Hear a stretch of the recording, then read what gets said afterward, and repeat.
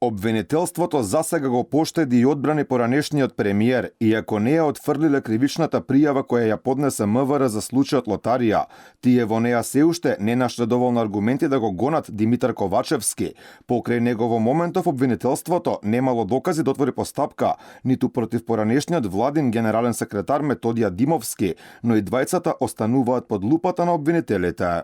Кривичната пријава за наведените лица не е отфрлена. Основното јавно обвинителство во Скопје во овој предмет постапуваше по поднесени кривични пријави и од Министерството за внатрешни работи и од Управата за финансиска полиција. По сите преземени действија од сите надлежни институции, во конкретниот случај до овој момент се обезбедија докази кои упатуваат на основано сомнение дека наведените 6 лица презеле действија со кои исполнуваат обележја на кривичните дела за кои беше поведена постапка. За останатите наводи од пријавите, проверките продолжуваат. Симптоматично е пак што поранешниот премиер, чие име веќе 2 дена се поврзува со сериозен криминал, го нема никаде да реагира. Се обидовме во контакт да стапиме и со Ковачевски, со цел да добиеме негов став околу кривичната пријава поднесена од МВР, но на едниот телефон не креваше, другиот му беше исклучен.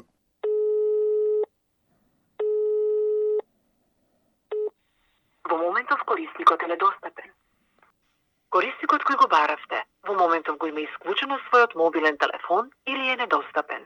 Обвинителството основ за поведување постапка виде кај сите други 6 осомничени, меѓу кои поранешниот прв вице-премиер Артан Груби. Тој заедно со Димитар Ковачевски председаваа со владината седница, кога беа донесени одлуките да им се дозволи на 3 трговски друштва да приредуваат игри на среќа, односно ја одобрија одлуката на управниот одбор на Државна лотарија, како што стои во точката 124 од одржаната седница на 3 јуни 2023 година, како и за точката 125 каде што ја задолжуваат лотарија да ги преземе потребните активности за започнување самостојно приредување на интернет игри на среќа. Според обвинителството во кривичната пријава не биле опфатени овие делови. Министерот за внатрешни работи Панче Тошковски вчера соопшти дека пријавата била поднесена против 8 лица, а покрај Груби и против поранешниот директор на лотарија Прпарин Бајрами. Во моментов за органите недостапни се Груби и Прпарин Бајрами кои се во бегство. Едниот во неделата замина во Косово, а подолг период во државата, а не ниту поранешниот директор на Државна лотарија.